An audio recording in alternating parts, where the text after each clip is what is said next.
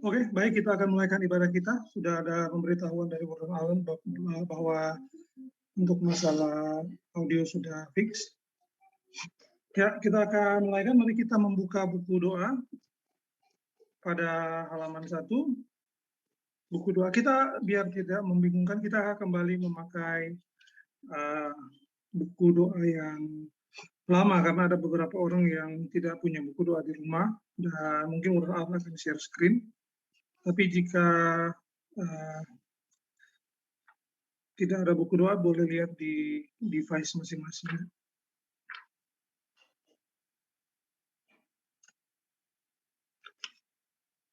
Kita telah berkumpul di sini sebagai keluarga Allah di hadapan Allah Bapa kita untuk menaikkan pujian dan syukur padanya, mendengar dan menerima firman-Nya yang kudus, membawa ke hadapannya pergumulan-pergumulan dunia ini, memohon pengampunannya atas dosa-dosa kita, dan memohon kasih karunia-Nya sehingga melalui putranya Yesus Kristus, kita mampu mempersembahkan diri kita untuk pelayanan-Nya. Jika kita berkata kita tidak berdosa, kita menipu diri kita sendiri dan kebenaran tidak ada di dalam kita.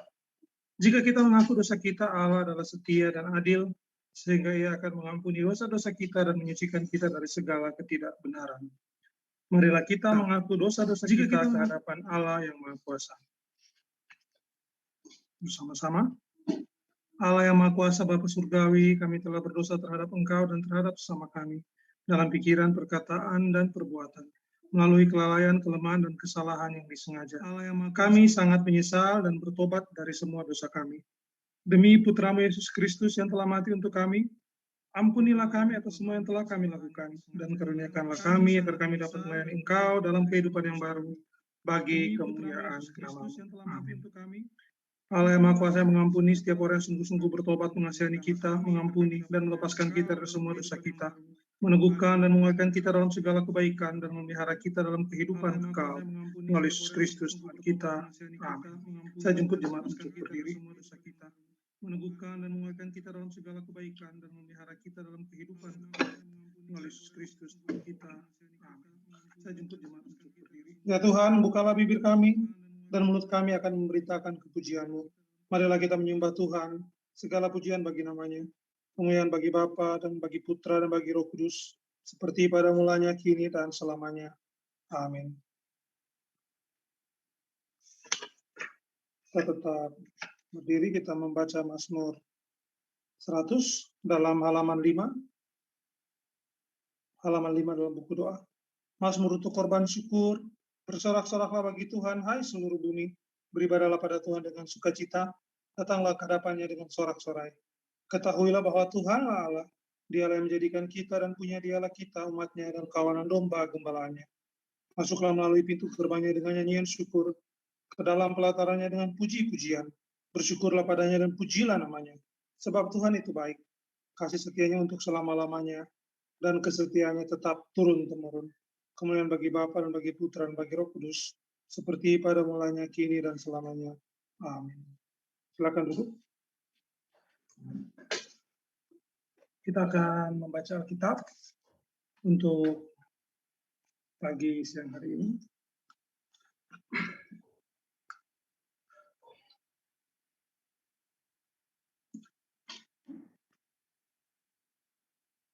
Pembacaan Alkitab yaitu untuk kita renungkan ada dalam 1 Korintus 13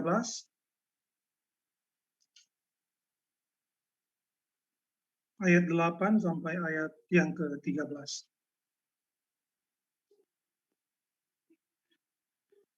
Sekali lagi 1 Korintus 13 ayat 8 sampai yang ke-13. Saya mohon Pastorian dari Palu untuk membacakan.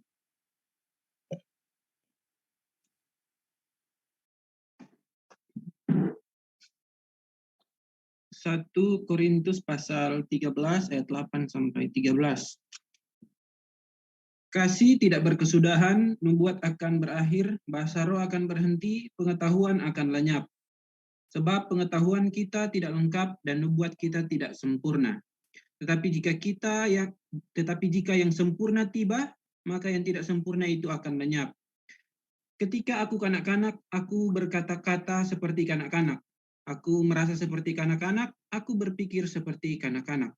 Sekarang sesudah aku menjadi dewasa, aku meninggalkan sifat kanak-kanak itu. Karena sekarang kita melihat dalam cermin suatu gambaran yang samar-samar, tetapi nanti kita akan melihat muka dengan muka.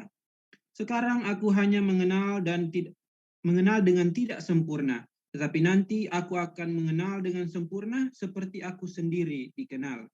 Demikianlah tinggal ketiga hal ini, yaitu iman, pengharapan, dan kasih. Dan yang paling besar di antaranya ialah kasih. Demikianlah firman Tuhan.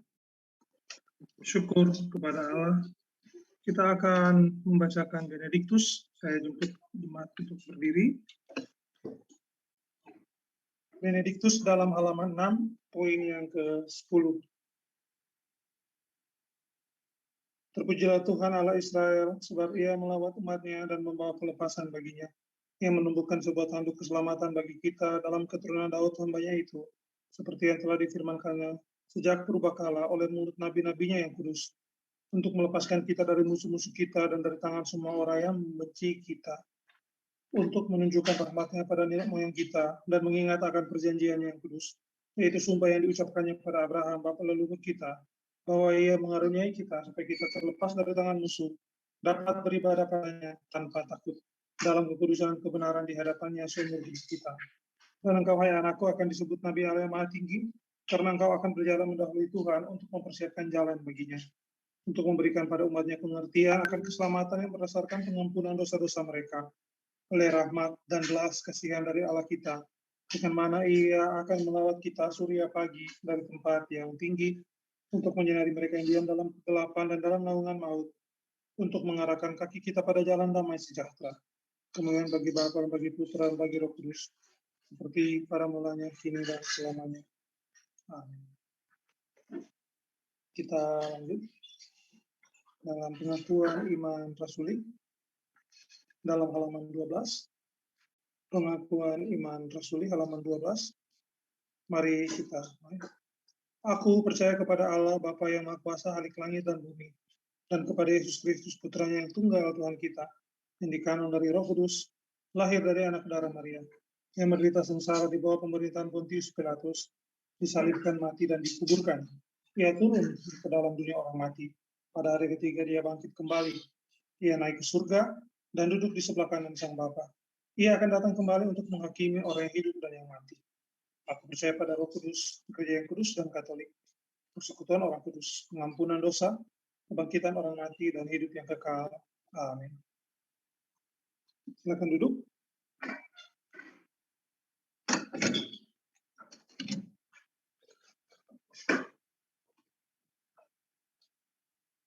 Tuhan, kasihanilah kami. Kristus, kasihanilah kami. Tuhan, kasihanilah kami. Mari kita berdoa. Bapa kami di surga, dikuduskanlah namamu, datanglah kerajaanmu, jadilah kehendak-Mu di bumi seperti di surga. Berikanlah pada kami hari ini makanan kami secukupnya, dan ampunilah kami akan kesalahan kami, seperti kami juga mengampuni orang yang bersalah pada kami. Dan janganlah membawa kami ke dalam pencobaan, tetapi lepaskanlah kami daripada yang jahat. Karena Engkau yang punya kerajaan dan kuasa dan kemuliaan sampai selama-lamanya. Amin. Tunjukkanlah belas kasih-Mu ya Tuhan, dan karuniakanlah kami keselamatan-Mu. Ya Tuhan, lindungilah pemerintah kami, dan dengarkanlah kami ketika kami berseru padamu. Pakaikanlah jubah kebenaran pada para pelayan-Mu, dan biarlah hamba-hamba-Mu bersorak-sorai. Ya Tuhan, buatlah jalan-jalan-Mu dikenal di bumi. Biarlah bangsa-bangsa mengenal kuasa-Mu yang menyelamatkan. Berikanlah pada umat-Mu berkat damai sejahtera, dan biarlah kemuliaan-Mu melingkupi seluruh dunia. Bersihkanlah hati kami, ya Allah, dan batin kami dengan roh kebenaran. Ya Allah, sumber damai sejahtera dan pencinta keharmonisan, mengenal Engkau adalah kehidupan yang kekal, mengabdi padamu adalah kemerdekaan yang sempurna. Lindungilah kami hamba-hamba-Mu dari ancaman musuh-musuh kami, sehingga kami dapat mengandalkan perlindungan-Mu dan tidak takut kekuatan musuh apapun juga, melalui Yesus Kristus, Tuhan kami. Amin. Kita akan berdoa syafaat. Mohon kesediaan dan Debbie untuk mendoakan kita di doa syafaat.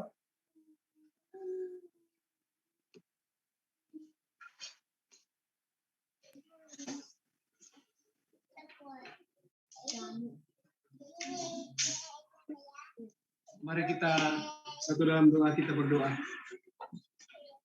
Allah pencipta dan pemelihara kehidupan manusia, kami berdoa untuk semua orang dari setiap ras dan dalam setiap keperluan. Biarlah jalan-jalan-Mu dikenal di bumi dan kuasa penyelamatan-Mu kepada semua bangsa. Khususnya kami berdoa bagi hamba-hamba Tuhan yang selalu memberitakan Injil, yang selalu pergi ke suatu tempat untuk mengenal dan mencari orang-orang yang belum mengenal Kristus. Biarlah Engkau menuntun mereka, biarlah Engkau menjaga mereka sehingga mereka diberikan kekuatan, diberikan semangat dan kemampuan agar mereka dapat memberitakan Injil kebenaran sesuai dengan kehendak-Mu. Tuhan, dalam kemurahan-Mu, kami berdoa untuk gereja di seluruh dunia. Tuntun dan pimpinlah kami dengan Roh Kudus-Mu, sehingga semua yang mengaku dan menyebut dirinya orang Kristen dapat dituntun ke dalam jalan kebenaran dan memegang teguh iman dalam kesatuan roh, dalam ikatan damai sejahtera, dan dalam kebenaran hidup. Khususnya kami berdoa pelayanan yang dilakukan oleh Gereja Anglikan dimanapun mereka berada, terlebih khusus untuk Providence Manado. Kiranya Engkau menuntun kami semua, memberi dan membuka jalan bagi kami, untuk kami boleh melaksanakan tugas panggilan tanggung jawab sebagai orang Kristen, untuk benar-benar sesuai dengan apa yang Engkau nyatakan dalam firman. Kiranya di masa-masa pandemi ini kami belum bisa bertemu secara tatap muka, secara onsite, tetapi kami percaya walaupun dengan ibadah online ini yang merupakan juga hikmat daripada Tuhan, kami boleh dipersatukan dalam iman supaya kami selalu dituntun dengan kuasa Roh-Mu yang kudus. Kau menyertai semua jemaat dimanapun mereka berada yang mungkin tidak sempat bersama-sama dengan kami, biar juga mereka disertai dan diberikan kekuatan. Tuhan, dalam kemurahan-Mu, kami menyerahkan kepada kebaikan-Mu sebagai Bapa, mereka yang cemas dan tertekan dalam pikiran maupun secara jasmani. Hiburkanlah dan lepaskanlah mereka dalam keperluan mereka. Berikanlah kesabaran kepada mereka dalam penderitaan mereka, dan munculkanlah kebaikan dari kesulitan mereka. Khususnya kami berdoa untuk bangsa dan negara ini dan bahkan seluruh dunia yang menghadapi persoalan COVID-19. Ini merupakan suatu tantangan yang besar bagi setiap orang, terutama orang yang percaya kepada Yesus Kristus, untuk dihiburkan, diberikan kekuatan, bahkan dilepaskan dari semua ketakutan, dan diberikan kesabaran di dalam penderitaan yang sudah terjadi karena COVID-19 ini. Biarlah semua itu akan memunculkan kebaikan-kebaikan di tengah kesulitan yang kami hadapi saat ini. Kami percaya firman selalu mengajarkan bersyukur dalam setiap hal, dan biarlah itu yang menjadi bagian kesaksian setiap orang yang percaya kepada Tuhan Yesus. Bahwa ini yang diberikan Tuhan dan dinyatakan Tuhan. Di tengah-tengah kesulitan, pasti ada kebaikan dan maksud dan rencana Tuhan bagi kami semua. Baik itu yang terjadi bagi jemaat kami di Manado, Providence Manado, dalam kelemahan tubuh, Engkau sudah kuatkan, Engkau sudah jaga, Engkau sudah pelihara kami. Kami percaya semua kami bisa atasi, kami bisa jalani hanya dengan Tuhan Yesus Kristus akan menuntun kami semua, yang akan memberikan kami kekuatan untuk menghadapi segala macam persoalan pergumulan kehidupan termasuk COVID-19 ini. Kiranya Tuhan menyertai dan memberkati kita semua. Bapa yang Maha Pengasih, terimalah doa-doa ini demi Putra-Mu, Juru Selamat kami, Yesus Kristus. Amin.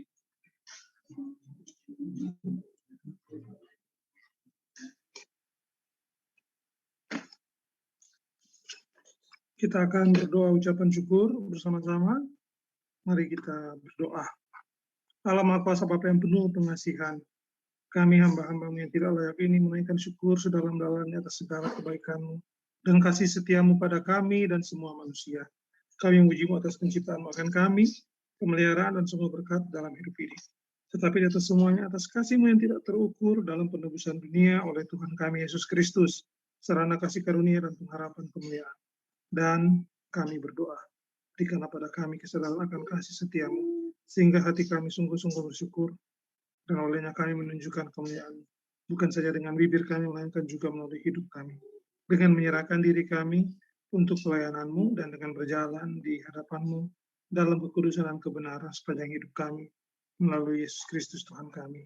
Baginya bersama-Mu dan Roh Kudus, segala hormat dan kemuliaan kekal selamanya. Amin. Saudara-saudara yang kekasih dalam Tuhan, kita akan mendengarkan pembacaan Alkitab yang sudah tadi dibacakan Pastorian dari Palu.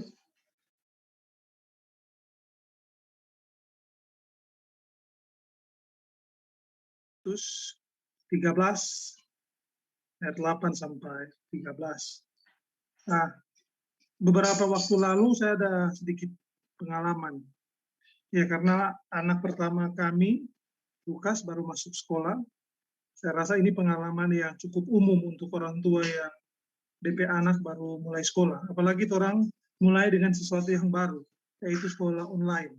Jadi sama dengan homeschooling. Ya, jadi ada DP guru, tapi akhirnya orang juga yang harus membantu anak untuk belajar di rumah. Ini juga pengalaman yang sama bagi Ward dan Arlen. Jadi saya rasa ini bukan hanya pengalaman kami, tetapi memang setiap anak beda pengalaman. Nah, pengalaman saya dan istri yang kemarin adalah ketika Lukas mendapatkan, mungkin saya ada beberapa yang berteman di Facebook, saya sempat menulis Lukas mendapat gambar untuk mewarnai. Jadi kami ke sekolah untuk mengambil gambar dan sampai di kendaraan, sampai di oto, Lukas lihat, Lukas bilang, oh, kakak mau kasih warna caveman. Dia lihat Adam di bawah, dia bilang caveman. Karena ternyata Lukas banyak di televisi belajar tentang bagaimana manusia purba dan lain-lain. Nah, yang kedua adalah waktu mendapat gambar, ini saya bawa ada gambar yang sudah diwarnai, ini mungkin kurang jelas, ini gambar. Nah, di sini ada gambar tentang singa ada dengan Adam dan Hawa di Taman Eden. Kemudian Lukas tanya apa kita, siapa tuh singanya gigi pada orang, siapa singa dulu baik-baik, sekarang singa sudah. Nah, pertanyaan ini sebenarnya adalah lucu dan ya menggemaskan, tetapi itu harus dijawab. Nah, anak-anak sekarang bukan sesuatu yang sama dengan orang dulu. Orang dulu belajar mungkin teori evolusi ketika mata pelajaran biologi di kelas 4 atau kelas 5. Sekarang itu ada di televisi tentang teori evolusi, tentang kisah bagaimana manusia itu muncul, beda dengan apa yang ada di Alkitab. Bacaan hari ini itu menegaskan kembali pada orang. Memang mungkin orang bertanya, apa ada kaitan bacaan di 1 Korintus yang tadi pastor yang baca, 8 sampai 1 Korintus 13, 8 sampai 13, ya, dengan apa yang kita ceritakan ini. Anda tentu pernah sebagai orang Kristen, rata-rata sini orang dewasa, pernah membaca juga itu Kejadian. Ya, Kejadian 1. Di Kejadian 1 diceritakan apa? Hari kedua apa Allah menciptakan? Allah menamai apa? Petang, Allah menamai itu cakrawala, kemudian jadilah petang, dan jadilah pagi, itu hari kedua. Tapi kalau Anda baca seterusnya, benda penerang baru dicipta hari keempat. Bagaimana mau disebut pagi, sedangkan matahari belum ada? Bulan belum ada. So ada pagi dan petang. Kan? Orang tentu bertanya-tanya, orang-orang yang mengkritik Kristen, agama Kristen ini tidak lepas dari kritik ya. Jadi gereja juga bukan cuma secara agama, secara umum, gereja secara institusi tidak lepas dari kritik. Dan kita terbuka, bukan hanya sekedar agama kita yang dikritik, tetapi kitab suci juga, Alkitab juga dikritik. Dan itu adalah hal yang lumrah untuk orang Kristen. Beda dengan agama lain mungkin yang tersinggung.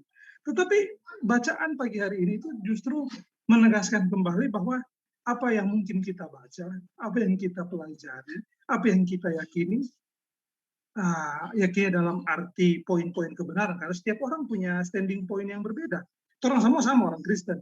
Di antara yang hadir ini yang sudah dikonfirmasi Anglikan mungkin sekitar 90%, ya rata-rata adalah orang Anglikan. Orang punya teologi yang orang yakini. Tetapi mesti ingat bahwa dalam orang pesanubari, dalam orang pikiran, tentu orang punya standar beda-beda.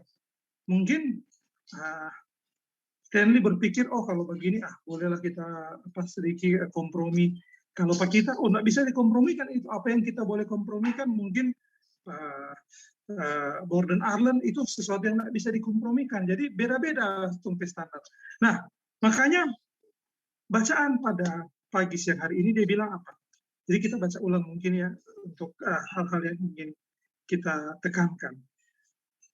Jadi sebab kalau ayat 9 bilang sebab pengetahuan kita tidak lengkap dan nubuat kita tidak sempurna. Bahkan Paulus menyampaikan pengetahuan kita tidak lengkap dan nubuat kita tidak sempurna. Ayat 10 bilang apa? Tetapi jika yang sempurna itu tiba, maka yang tidak sempurna itu akan lenyap. Ketika aku kanak-kanak, aku berkata seperti kanak-kanak, aku merasa seperti kanak-kanak, aku berpikir seperti kanak-kanak. Sekarang sudah aku menjadi dewasa, aku meninggalkan sifat kanak-kanak itu. Karena sekarang kita melihat dalam cermin suatu gambaran yang samar-samar. Tapi nanti akan melihat dengan sempurna ya. Kemudian ayat 13 ditutup bacaan tadi itu tentang apa yang paling penting ya. Demikian ketiga hal. Ini memang ini sudah pernah kita baca. Saya mengulangi bacaan ini karena saya mengambil dari dictionary. Jadi tiga hal ini yaitu iman, pengharapan, dan kasih. Yang paling besar di antaranya ialah kasih. Mungkin setiap gereja punya ajaran yang berbeda. Setiap agama punya standar yang berbeda. Tetapi dalam kekristenan, pokok utama kita berdiri adalah kasih. Karena dalam hal mengasihi itu, kita harus benar-benar jeli melihat ya, mengasihi yang seperti apa. Ya tentunya standar utama kita mengasihi adalah Kristus, karena Kristuslah yang menjadi teladan kita. Jadi kalau kita mengasihi orang, kasihlah seperti Kristus. Saya selalu mengulang, yang dikasihi Kristus bukan orang yang dikatakan layak, bukan orang yang dikatakan sependapat, atau satu pemahaman, atau satu agama, satu aliran, satu gereja, tidak. Saya selalu mengulang tentang peristiwa Sakeus, peristiwa Maria Magdalena. Itu orang-orang yang tidak layak, orang-orang yang dianggap orang-orang yang najis dalam konteks agama Yahudi atau dalam masyarakat Ibrani pada waktu itu ya. Jadi meskipun orang-orang itu adalah orang-orang yang terpinggirkan, tetapi Kristus datang untuk mereka. Kristus datang untuk orang-orang yang dikenal sebagai orang-orang yang melanggar ketetapan hukum Taurat, atau orang-orang yang dianggap tidak layak untuk mengikuti serangkaian aturan agama ya, yang ada pada waktu itu. Nah, baca ini kita dapat ingat dulu, waktu dulu mungkin di sini ada hadir saudara Adi Mustaq. Mungkin entah kalau Adi masih ingat atau lupa, dulu kita pernah ajar Pak Adi dan Willy dulu ini. Mungkin sekitar kalau tidak salah boleh sekitar 11 atau 12 tahun lalu ya, Adi dan Willy masih remaja. Dulu kita sangat fundamental. Kita itu sekitar ada 1-2 tahun kita seperti itu. Kita pribadi, kita bahkan nggak mau makan di rumah makan yang rumah makan Muslim. Ya, mau makan di rumah makan Muslim. Dulu kita sama itu ada sekitar 1 tahun kita begitu. Kita kalau lihat sama tempat bakso orang Islam yang berjual atau lamongan, kita nggak mau makan di situ karena kita anti dengan agama kita. Bahkan dulu awal mula Facebook muncul, kita sempat jadi CDL, Christian Defense League. Itu adalah satu organisasi yang sangat fundamental, organisasi yang sangat kanan ekstrim bahkan dibilang, itu kita dengan ada satu orang ditung, dia chef di salah satu kapal pesiar. Jadi orang dua dari Inggris waktu awal mulai Facebook itu tunjuk untuk jadi perwakilan untuk Indonesia. Orang ada grup untuk chatting di situ. Itu adalah semacam FPI lah kalau bilang. Kalau mungkin Brigade Manguni dan kawan-kawan itu lebih ke budaya, kalau orang lebih ke agama. Jadi CDL itu memang sangat kanan. Nah, kita terlibat di situ ya cuma sekedar online karena kita juga nggak pernah dapat itu, tapi itu sungguh merubah tapi paradigma berpikir. Makin lama belajar bukan berarti kita menjadi lebih pintar atau menjadi lebih bijaksana, tetapi pengalaman justru yang mengasah. Bukan hanya sekedar bacaan, tapi pengalaman hidup. Bertemu dengan orang yang berbeda, berbincang-bincang dengan orang yang mungkin awalnya orang rasa musuh atau orang rasa orang yang patut orang hindari, atau patut orang singkirkan. Tetapi ketika banyak berinteraksi, banyak ya ibaratnya dalam pengalaman hidup juga apa yang orang alami. Kita ingat beberapa waktu lalu sempat kita dengan Warden Demi berdiskusi waktu orang di rumah tentang sebenarnya apa kok menjadi Kristen. Kemudian Warden Demi bilang begini, kita tahu sebenarnya kok yang ada tuh paling betul. Warden Demi bilang karena siapa kok tahu tuh paling betul? Siapa orang yang ada orang kan pernah lihat apa tuh betul-betul di abad pertama. Jadi semua backing Jo itu yang bagus, backing Jo tuh saling mengasihi.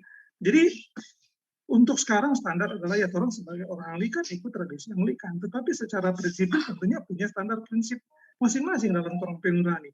Bisa saja gereja bilang A, orang penurani bilang B.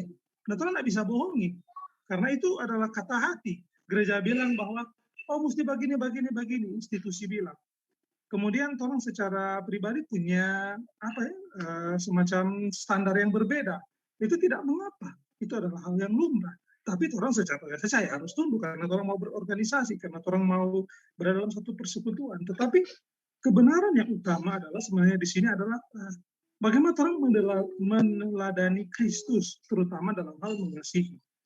Masalah keselamatan, kenapa saya jarang membahas tentang keselamatan, tentang saya dulu sempat mengangkat topik surga, neraka, keselamatan, karena itu bagi saya itu hal yang sudah selesai di kayu salib. Kristus sendiri mengatakan sudah selesai. Orang nak bergumul lagi dengan maut. Orang nak bergumul tentang tujuan akhir orang mau kemana, ke surga atau neraka. Orang yang percaya kepada Kristus tentunya berada dalam satu konsep yang sudah utuh, di mana orang saya yakin, buat apa orang bergumul itu? Kalau orang masih kebaktian, orang berdoa, kalau orang bergumul itu, ya memang itu adalah suatu momok yang menakutkan. Ya. Kematian bukan sesuatu yang gampang saja diterima sama orang, sakit penyakit bahkan sampai sekarang menjadi suatu hal yang menakutkan. Makanya orang ya pakai masker, orang menjaga jarak, dan bahkan orang ibadah online. Tetapi di atas semuanya itu terlalu satu keyakinan. Nah, satu hal yang gampang sekali untuk orang aplikasikan, memang mungkin gampang, tetapi seringkali juga adalah hal yang paling sulit, yaitu mengasihi. Di dalam kasih Kristus kepada orang lain, ya atau dalam terang lihat di sini, bahkan waktu peristiwa sebelum penyalipan apa ya Kristus sampaikan, ampunilah mereka sebab mereka tidak tahu apa yang mereka perbuat. Ketika orang meneladani Kristus, ada orang bikin sakit hati, ada orang bikin orang marah, bikin orang tidak damai sejahtera untuk hidup. Itu harus mengampuni, harus mengasihi. Orang teladan Kristus bukan yang lain. Orang nak belajar dari buku motivational speaker, orang nak belajar dari kata-kata indah, pembicara-pembicara di mimbar modern yang bicara tentang betapa hidup dalam Tuhan, bla bla bla dan lain-lain segala macam. Tapi orang belajar satu pribadi. Di dalam pribadi itu mengambil bagian, orang satu tubuh dengan dia. Kiranya karakter dia itu tercermin juga dalam orang perbuatan, dalam orang kehidupan. Apa yang orang percakapkan, bagaimana orang memperlakukan orang lain, bagaimana orang hidup kalau bicara sejalan dengan firman Tuhan. Nah, itu adalah suatu hal yang kontradiktif menurut saya. Orang Kristen Protestan percaya bahwa Alkitab adalah firman Allah. Namun, habis itu, orang bikin bagaimana tafsir Alkitab. Oh, boleh semua tafsir literal. Jadi ada firman Allah yang ditafsir literal, ada yang tidak literal. Sebenarnya kalau saya menganggap, saya tidak menyingkirkan bahwa Alkitab adalah firman Allah. Tetapi tetap orang harus memakai suatu bentuk kerangka berpikir dalam bagaimana mengaplikasikan Alkitab ini. Karena seringkali Alkitab menjadi tameng yang paling mujarab bagi orang-orang untuk pertama mendapat keuntungan secara pribadi, kedua untuk menyerang argumen-argumen yang berlawanan dengan apa yang dia percayai, dan ketiga yang terakhir adalah Alkitab bisa jadi alat untuk suatu hal yang bukan membawa damai sejahtera tapi kebinasaan. Paus memakai Alkitab dulu untuk membakar semangat para kesatria salib. Anda tahu puluhan ribu orang Yahudi dan orang Muslim itu dibunuh. Itu bukan cuma tentara, tetapi anak-anak dan wanita hamil. Itu catatan sejarah. Itu dibunuh oleh kesatria salib. Sama deh, pasukan Salahuddin membunuh oleh orang-orang Kristen. Jadi sama. Alkitab ataupun kitab suci yang lain bisa digunakan untuk hal-hal yang tidak baik. Nah, orang kalau cuma bilang back to the Bible, back to the Bible, back to the Bible apa Alkitab suruh? Kalau back to the Bible, ada di situ tentang ajaran tampar pipi kanan, kasih pipi kiri. Mar Alkitab suruh apa? Siapa menghujat nama Tuhan, rajam dengan batu. Jadi yang mana yang back to the Bible? Orang bingung. Oh, kalau tampar pipi kanan, kasih pipi kiri itu masih relevan sekarang. Orang-orang bikin suka, biar jono nanti Tuhan yang balas. Nggak bisa, kalau orang bikin suka jangan berdiam. Kalau ada polisi, lapor polisi. Tapi kalau umpama ada hal-hal yang, contohnya orang Sulia nggak memungkinkan, ya orang pakai hikmat. Tetapi rajam dengan batu. Kita pernah kasih contoh, sempat Ebi baku telepon dengan kita beberapa hari yang lalu tentang kisah Abraham. Coba Anda perhatikan kisah Abraham. Beberapa waktu lalu, saudara, ada pertanyaan dari Ebi. Kemudian kita coba ada satu pertanyaan menyangkut ada peristiwa di pergaulan Ebi. Jadi Ibu Dewi ini Ebi bertanya.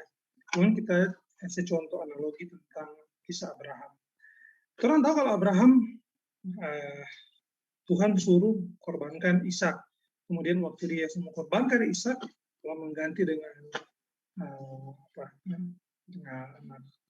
lembu, anak domba.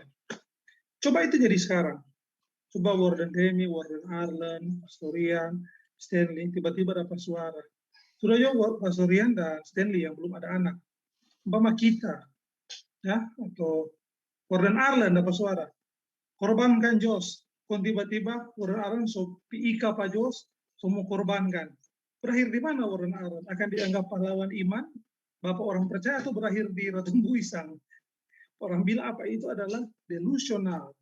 Orang yang kehilangan akal sehat, orang yang penuh dengan ilusi, orang yang sudah tidak waras. Kalau zaman sekarang bilang, secara ilmu kejiwaan mengatakan demikian. Dan peristiwa Abraham itu menjadi semacam apa kan? Itu adalah peristiwa yang dimana orang merujuk kepada peristiwa yang nantinya Kristus kan. Orang Kristen menafsirkan seperti itu. Tetapi kalau orang mau bahas peristiwa Abraham, baca atau orang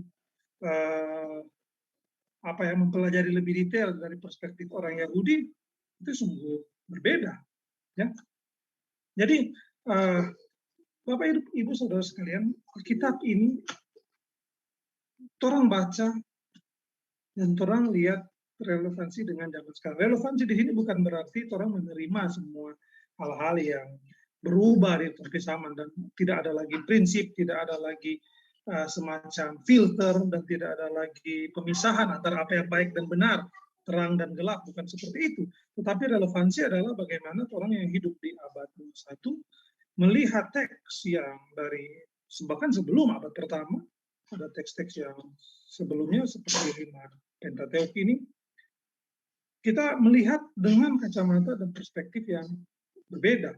Dan tentu saja ketika orang banyak melihat tentang teks yang ada dalam Alkitab, terutama juga bacaan kita pada pagi hari ini, tentang kalau yang sempurna itu datang, orang sebenarnya mau melihat dengan sama-sama, orang dapat tahu sebenarnya apa sebenarnya Tuhan mau apa sebenarnya. Jadi ini aliran gereja, nanti minggu depan ada seminar tentang sejarah gereja oleh kawan-kawan di St. Cuthbert. Jadi saya akan membawakan seminar sejarah gereja.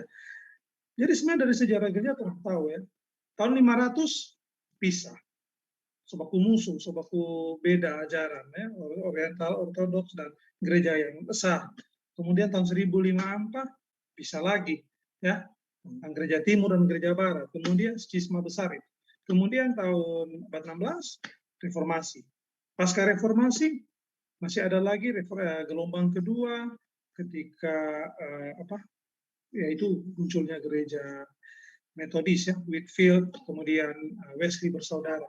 Itu mempengaruhi sampai ke benua Amerika, sampai ke Afrika dan lain-lain. Dari situlah dimulai misi modern. Jadi saudara-saudara tahu bahwa aliran gereja banyak sekali. Kalau orang mau lihat, semua punya standing point yang berbeda tentang makna menjadi Kristen. Apa itu Kristen? Pertanyaannya sekarang adalah yang mana yang paling benar? Jadi daripada kita sibuk dengan itu, marilah kita jadi, kalau kita orang Anglikan, jadi orang Anglikan yang menawarkan kasih, meneladani Kristus. Memang doktrinal penting, tapi biarkanlah orang lain, orang-orang di STT yang mempelajari doktrinal. Doktrin matters, doktrin penting, tetapi biarlah orang mempelajari, kemudian para pendeta, para pastor, para klerus, orang akan mengajarkan itu ke jemaat. Tapi dengan metode yang aplikatif, bagaimana jemaat itu menjalani doktrin itu di dalam society, di dalam masyarakat yang lebih heterogen. Karena sekarang ada bilang masyarakat yang, orang mau bahasa itu bukan orang Amish. Di Amerika ada orang Amish. Orang hidup satu koloni, ya, dalam umpama 6.000, 7.000 masyarakat cuma orang semua, orang anti teknologi dan lain. Ada juga orang Mennonite yang lebih sedikit lebih modern, yang orang juga pakai AC, ada setrika. Kalau orang Amish masih tradisional anti listrik. Nah, sekarang orang mau lihat, orang mau jadi sama itu, orang mau mengurung diri dan berpikir bahwa orang yang paling benar, yang orang ini suci. Itu tidak bedanya dengan orang Yahudi di abad pertama. Dan apa yang mereka lakukan, yaitu mereka lah yang menyalibkan Kristus. Bukan berarti orang tidak mensyukuri akan karya keselamatan, tetapi di balik rasa benar sendiri, rasa menang sendiri, rasa paling tepat, paling akurat, itulah yang membuat orang jadi bigot, ya, jadi orang yang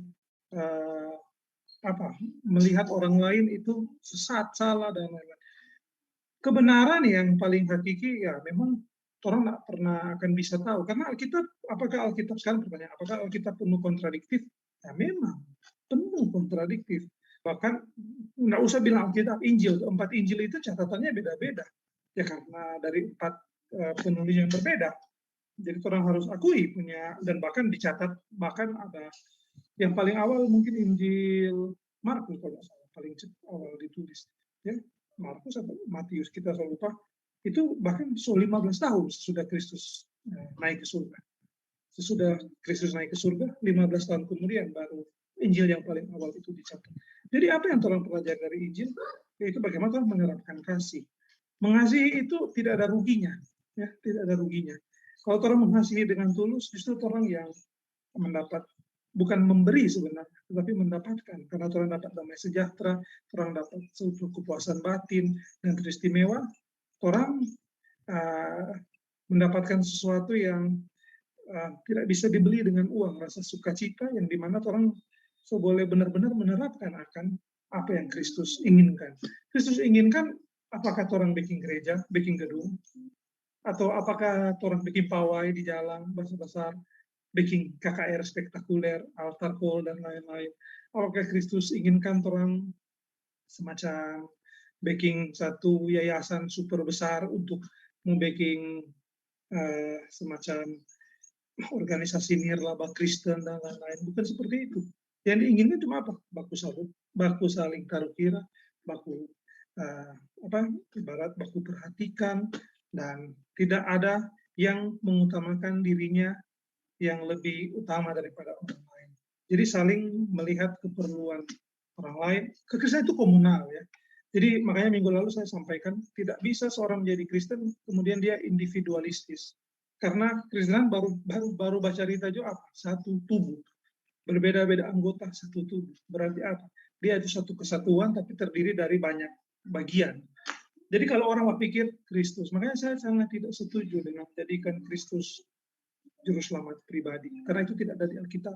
Kalau Anda bicara back to the Bible, tidak ada. di Alkitab, jadikan Kristus juru selamat pribadi. Kristus itu juru selamat, ya, juru selamat manusia. Nah, kepada siapa yang Allah berkenan, ya selamatkan, dia akan menyelamatkan. Tetapi dia ada juru selamat, dan bukan juru selamat pribadi. Orang nak cari keselamatan masing-masing. Orang diselamatkan oleh Kristus. Orang ditarik kepada dia. Kalau orang bilang juru selamat pribadi, seakan-akan orang cari tempat jalan masing-masing. Orang memilih apakah orang suka selamat atau enggak. Oh, kita suka selamat, percaya pada dia. Jadi itu semua bergantung pada kita. Tapi tidak demikian. Bahkan orang komunitas di mana dinamakan providence atau kedaulatan Allah, providence of God, sovereignty of God, providence, pemerintahan Allah. Jadi orang selalu harus tahu bahwa kekristenan itu majemuk, kekristenan itu penuh dengan dinamika, kekristenan itu secara organisasi yang saya maksud. Tetapi di atas segalanya, ketika orang meneladani Kristus, orang boleh lihat di dalam kehidupan masyarakat. Orang Demi ada teman baik mungkin sekarang jadi imam ortodoks, nah, Michael. Itu kita suatu teman dia di Facebook, kita lihat dia jual makanan, kan orang Demi, baju bakios. Bayangkan itu seorang imam ortodoks itu cukup pintar. Kita lihat di tulisan dia orang yang pintar. Namun dia nyenak bikin DP gereja itu jangan mencari doi. Dia jual makanan. Dia memasak, dia live jual makanan. Itu kita suka orang seperti itu. Tidak menggunakan gereja untuk sumber-sumber yang tidak sehat. Yang bikin gereja sebagai ladang, ya, untuk kepentingan pribadi. Itu kemudian orang tahu bersama bahwa sekarang kan semua balik ke online, ya, bukan balik ke normal, ke online, karena keadaan ini sekarang dengan COVID yang baru, varian Delta. Kita sempat berjalan 2 hari lalu di Bahu, di sebelah Bank BTN. Kita lihat ada pendeta ini yang penginjilan jalanan, orang baking, penginjilan jalanan, yang orang Demi sempat jadi guest speaker di situ. Orang baking di situ. Kita lihat betapa tuh perlengkapan sungguh sangat memadai untuk. Jadi ini bukan cuma balai ecek-ecek, ini memang pakai DP lightning, so pakai DP standing untuk DP metode lightning itu gitu. Wah, memang semua dilakukan dengan profesional. Ya apakah itu untuk kemuliaan Tuhan? Ya semoga. Apakah itu untuk subscriber? Who knows? Apakah itu untuk capaian orang viewers? Ya, kita nggak pernah tahu. Tetapi yang pernah tahu adalah berbuatlah kebaikan. Sepanjang orang masih mampu berbuat satu kebaikan, berbuatlah kebaikan. Landasan orang berbuat kebaikan ya Tuhan minta tahu. Ya, landasan orang apakah dia punya motivasi terselubung, apakah dia punya motivasi salah. Itu nggak pernah tahu. Orang nggak bisa menyelidiki nurani kan. Tetapi orang backing yang apa yang baik, apa yang berkenan di hadapan Tuhan. DP inti kok semua adalah sebenarnya orang baku-baku saya, baku-baku perhatikan. Mau belajar doktrin, sistematika teologi, bikin pecah kepala sebenarnya. Dulu kita baca Calvin, kita sangat Calvinis. Bahkan kita lebih Calvin mungkin dari Calvin sendiri. Kita nak puas dengan Calvin buku BPK, kita beli DP buku yang lebih tebal. Nak puas tak minta dari Amerika, tapi teman dari Amerika kirim 2 jilid DP tebal. Itu kita baca sampai kelar. Kita dari Warren Demi sempat beli buku Herman Bavinck. Minta kalau Warren Demi kelar baca. Kita baru DP jilid pertama, semua hampir tak kancing kita, karena rumah sakit kancing saraf, susah sekali bahasa. Tapi kita berusaha untuk selesaikan baca. Terakhir kita baca buku Paul Tillich. Paul Tillich dianggap berbeda dari teologi. Ini masih ada dari buku dari Pak Pendeta Beku tahun lalu kita pinjam. Jadi ketika kita baca, setiap orang punya standing point yang berbeda. Itu nggak bisa kita pikirkan. Tapi baik lagi bacaan tadi yang sudah orang baca, bahwa waktu orang ini, waktu orang si anak-anak, orang baca cerita sama dia anak-anak, orang berpikir sama dia anak-anak. Begitu waktu pertama orang Kristen. Ya. Kenapa waktu sempat Lukas masuk sekolah, kita bilang begini, tapi istri, Pak Kristi, nanti kalau nanti mau baking semacam, kalau Lukas lebih besar, kalau mau baking bina rohani, kita nggak mau ikut. Oke apa? Sekarang DP pertanyaan begini, mungkin Warren Demi, Warren Aaron, Pastorian, masih ingat dulu toh, waktu SMA. Waktu orang SMP, datang kakak-kakak SMA, adik-adik, kita masih ingat di SMP 1 dulu, datang dari SMA 1. Adik-adik, orang dari Bina Rohani SMA 1, mau ajar Pak adik-adik. Orang anak-anak SMP datang, duduk pembadengan, kakak-kakak SMA. Waktu kita SMA 2, datang kakak kampus, dan tahu dari kampus mana, pokoknya ada orang dari gereja Mawar Saron waktu itu. Mawar Saron baru masuk tahun 2003, baru masuk di Manado. Kemudian bilang, adik-adik, orang dari anak-anak mahasiswa, orang dari gereja Mawar Saron, mesti ajar adik-adik, ini tuh SMA. Waktu orang kuliah, tuh kakak-kakak tingkat, baking di Bina Rohani. Kita di Arlen, tuh aku kenal di Bina Rohani Fakultas Hukum. Jadi, sekarang, Warden Demi di umur yang sekarang, kita di umur yang sekarang, Rian, Pastor Rian, sekarang pekerja gereja, mungkin masih ingat waktu orang SMP SMA. Coba sekarang tolong ingat. Bagaimana tuh anak sekarang orang lihat bagaimana anak SMA kerohanian. Coba tanya pada orang tentang poin-poin ajaran Kristen. Kau bayangkan anak-anak SMA sampai ajaran anak SMP. Anak-anak SMA kerohanian sampai di mana? So? Anak-anak kuliah.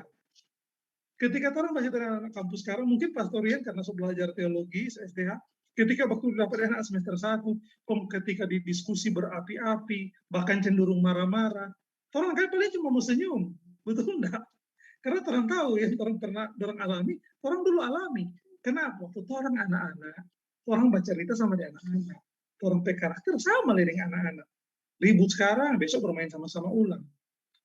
Makanya Tuhan Yesus bilang, jadinya sama dengan anak-anak. Tuh, anak-anak baku marah 2 jam lalu, sekarang main sama-sama ulang, makan cookies sama-sama. Baru baku cigi itu, baru baku tumbuh 2 jam lalu. Nah, kalau orang dewasa cuma salah kata, salah kalimat, boleh ada yang tahu nih itu dia simpang. jadi sama dengan anak-anak. Anak, makanya kita bilang, anak-anak simpang. Orang sekarang belajar tentang teologi yang ribet, yang rumit. Tapi sebenarnya DP aplikasi itu cuma simpel. Tuhan suruh saling mengasihi. Ayat ini mengingatkan orang. Ini ayat ini menampar sebenarnya, bukan berarti jangan belajar teologi. Orang belajar untuk orang tahu DP sistematika, metodologikal, DP secara historical, doktrinal. Tetapi di atas semuanya adalah bagaimana orang menerapkan itu. Percuma orang belajar sampai jenjang yang paling tinggi, maka orang gagal menerapkan. Lebih baik kita jadi petani di Perurukan sana atau di Modo Inding. Yang penting dia tahu, Pak, ya kita percaya. Sudah, tapi nyawa dalam tangan Tuhan. Kita percaya pada Dia yang berkuasa. Titik. Kasih ajar tapi anak-anak berbuat baik, yang bikin rugi orang, yang bikin jahat orang. Kalau lima orang bikin jahat jangan bikin jahat orang. Simple. Ya. Orang belajar untuk mengaplikasikan, bukan belajar untuk membanggakan diri, untuk belajar untuk menyombongkan diri, apalagi belajar untuk cuma untuk mempermalukan orang lain, untuk berbuat yang tidak semena-mena, karena orang rasa orang lebih tahu, orang lebih pintar, orang lain ya sudah. Jadi seperti itu. Jadi bagaimana orang mengasihi? Ya aplikasikanlah kasih itu. Nyatakanlah kasih itu dalam perkataan, perbuatan, dimanapun orang pergi dan berada. Agar apa? Agar Kristus dipermulakan dalam kehidupan. Amin. Kita akan menerima berkat. Mari kita menerima berkat. Kasih karunia Tuhan kita Yesus Kristus dan kasih Allah dan persekutuan Roh Kudus menyertai kita senantiasa. Amin. Ibadah sudah selesai. Terima kasih untuk saudara-saudara yang boleh mengambil bagian. Warden Arlen untuk hosting ibadah. Pastorian yang sudah membacakan Alkitab, Warden Demi yang sudah berdoa untuk kita sekalian. Saya ucapkan banyak terima kasih. Kiranya Tuhan menyertai kita.